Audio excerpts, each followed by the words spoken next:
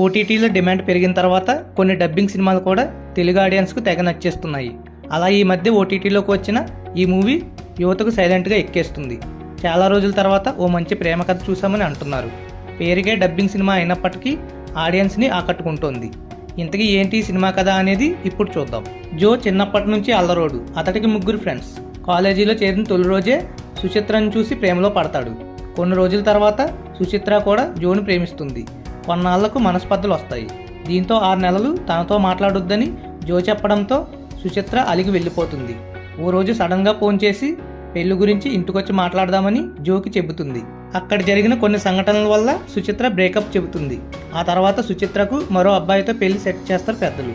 జో కూడా శృతి అనే అమ్మాయిని పెళ్లి చేసుకుంటాడు. మరి చివరికి ఏమైంది అనేది సినిమా చూసి తెలుసుకోవాలి. ఈ మూవీ ఏ ఓటీటీలో ఉంది అనేది చాలా మందికి వచ్చిన డౌట్. ఈ మూవీ ఇప్పుడు సంక్రాంతి కానుకగా హాట్స్టార్లోకి వచ్చేసింది.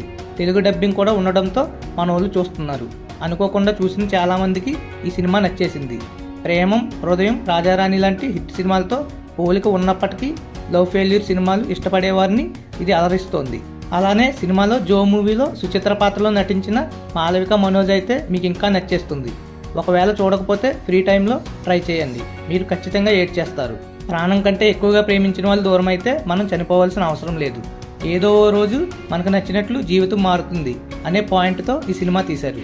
అలానే కాలేజీ టైంలో ప్రేమించిన అమ్మాయి చనిపోవడం, హీరో పిచ్చోళ్ళ మారడం, చచ్చిపోవాలనుకోవడం, అతడి జీవితంలోకి మరో అమ్మాయి రావడం, తల్లిదండ్రుల ప్రేమ, ఇలా మూవీ మొత్తం ఎమోషన్స్తో నింపేశారు. ఎలాంటి పరిస్థితుల్లో అయినా సరే ఫ్రెండ్స్, ఫ్యామిలీ తోడుంటారని చెప్పిన విధానం బాగుంది.